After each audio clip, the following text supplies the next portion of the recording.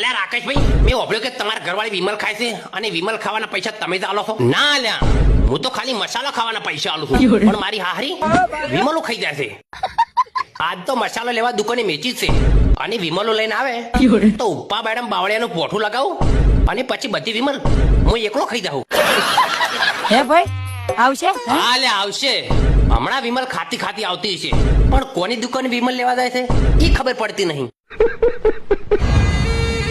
અલ્યા એ રાકેશભાઈની ઘરવાળી મારી દુકાને વિમલ લેવા આવે છે અને તું રાકેશભાઈને કહેતો ના કે મુખી બાપાની દુકાને વિમલ લેવા જાય છે.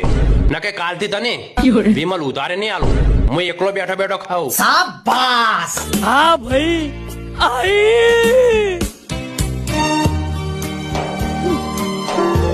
હા આવો વિમલો ખાતા ખાતા ઘરે આવો. શું? મને ખબર પડી ગઈ છે કે તું વિમલ ખોય છે અને ઘરનો બધો કલર